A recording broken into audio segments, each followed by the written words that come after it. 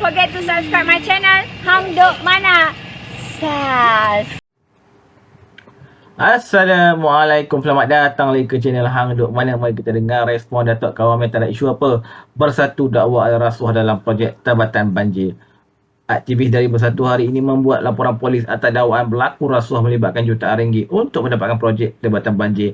Ahli Jawatankuasa Penerangan Bersatu Badrul Hisham atau dikenali sebagai Cik Gubat mendakwa ia menyebabkan kos projek meningkat dengan tinggi. Okey, mari kita dengar respon Datuk Kawamin. Di akhir tak komen macam biasa. Itu yang berlaku, tapi saya melihat ini segmen apa punya mengarut ni saya pun tak faham.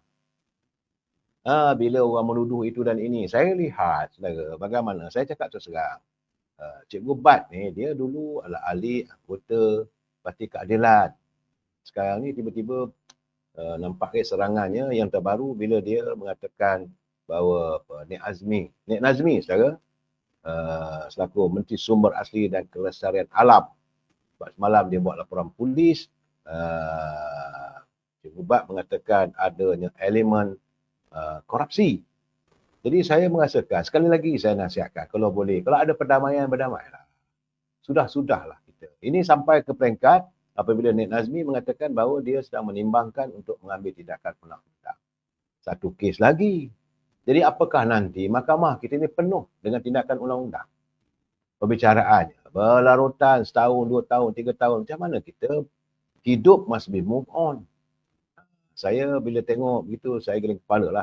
Memanglah saya bahawa dalam isu Tabatan Banjir, kata Cikgu Bat bahawa adanya nilai kontrak sampai 16 bilion. Berbilion-bilion lah saya. Saya pun tak dapat nak menghayati sepenuhnya. Tapi kata Nek Nazmi, jumlah sebut belum pun ada pembayaran. Malahan jumlahnya bukan tinggi, dikurangkan. So saya katakan dia antara Cikgu Bat dengan Nek Nazmi dia dulu dalam satu pasukan. Apalah salahnya cari jalan perdamaian. Cukup-cukuplah kita berbalas. Sekarang ni kita menghadapi banyak serangan dari luar. Saya agak-agak bersimpati dengan teman-teman. Mereka sebagai pejuang tak ada masalah. Saya juga adalah pejuang. Tetapi bagi saya, kalau boleh, sesuatu yang bersikap peribadi itu kita ketepikan. Kalau boleh ada perdamaian, kita damaikan. Sebab masa untuk Melayu bertelagah sama sendiri, saya rasa membuatkan kita ni, kita semakin kurang kuasa. Sebab ekonomi negara perlu dipacu secepat mungkin. Ramainya warga kita yang terkesan, saya itu yang saya kesalkan. Itu keadaannya, saya haraplah. Tapi sama menyaman terpulanglah. Saya tahu Nek Nazmi ni dia bukanlah orang yang mudah ambil tindakan. Dan saya tahu juga Cikgu Bat ni pun dengan Nek Nazmi bukanlah pembalah tertentu. Sangat saya dulu pun Cikgu Mat adalah juga menjadi ahli daripada Parti Keadilan. Macam juga dalam UMNO ni, saudara, mereka yang terkeluar daripada UMNO, cukup-cukuplah, tak payah nak maki hamon. Takkan berakhir dengan saman menyaman. Ini yang saya tak suka. Sebab itu saya memegang prinsip ataupun amalan yang selalu dikatakan oleh Datuk Seri Presiden, Datuk Seri Zahmidi. Dia kata, Mal, kena ingat, dia kata, kita harus berlapang dada. Biar orang buat kita, jangan kita buat orang. Sebab itu saya nampak macam-macam tuduhan mereka lakukan terhadap Presiden saya, Presiden UMNO. Bila tidak pun nak ambil tindakan undang-undang. Biarkanlah, dia kata, sebab dia menambah pahala untuk kita. Dan saudara, saya minggu lepas, 2 minggu lepas, saya ada buat bicara dengan beliau secara peribadi.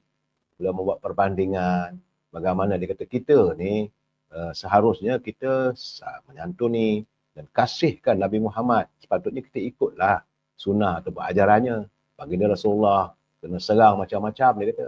Lihatlah perjalanan daripada dalam peristiwa hijrah daripada Mekah ke Madinah, begitu jauh. Malahan bila serang ada pertempuran patah gigi. Tapi baginda Rasulullah masih lagi bersikap damai. Jadi dia mengharapkan agar perbalahan sama kita elakkan berterusan, saudara. Bagaimanapun, saudara, saya melihat ini kenyataan yang ini perlu kita tangani. Kerana bagaimana kenyataan daripada Datuk Saiful Hazizi Zainal Abidin itu selaku Ketua Penerangan UMNO Kedah. Katanya bahawa tindakan DAP yang berulang kali membangkitkan isu sensitif dibimbangi boleh meretakkan kerajaan perpaduan, katanya. Jadi menurut saudara Datuk Syaiful Azizi, beliau mengharapkan agar pimpinan DAP segera berubah. Tak payah lagi menyakiti warga bangsa kita. Sebab itu katanya, saya harap pimpinan tertinggi DAP kawallah tindakan pemimpin mereka. Jangan bawa perkara yang tidak memberi kebaikan kepada negara. Mereka juga seharusnya bersikap jangan terlalu ekstrim. Saya bersetuju dengan pandangan Ketua Perangan Kedah ini saya. Tak tahulah bila masanya saya boleh dapat mengundang beliau. Sebab beliau menzahirkan pandangan. Kita dalam pasukan tak sepatutnya pimpinan DAP. Tapi kita tahu juga secara memang dalam DAP sekarang ni ada dua kumpulan. Satu kumpulan yang pro Anthony Loke, satu lagi kumpulan yang pro pada yang dulu-dulu. Sedangkan DAP kalau saya lihat mereka sudah pun akur untuk bersama-sama dengan UMNO. Lihatlah gambar bagaimana DAP pegang bendera UMNO. Tapi kita tak ada pun pegang bendera DAP macam mana orang lain. Saya malas nak tunjuk saudara. Tapi itu realitinya saudara. Cuma saya mengharapkan saudara Anthony Loke dapat menasihatkan orang macam Kit Siang. Sudah-sudahlah, dia pun dah tak dalam politik dah. Begitu juga Tan Kok Wei. Itu ahli parlimen ceras. Cukup-cukuplah kita berbalah saudara. Sebab kena ingat, sebagaimana waktu kita nak membentuk kerajaan perpaduan, Dr. Sri Zahid Hamidi, bahawa antara sebabnya kenapa kita bersama dengan kerajaan perpaduan apabila DAP bersetuju kita tidak menyanggah 5 prinsip. Prinsip Raja-Raja Melayu, prinsip agama Islam, agama persekutuan, prinsip hak keistimewaan orang-orang Melayu, hak bahasa-bahasa kebangsaan bahasa Melayu. Saudara, ini yang diperjuangkan oleh UMNO dan mereka akur. Jadi dalam keadaan mereka akur, tak payah disentuh lagi lah.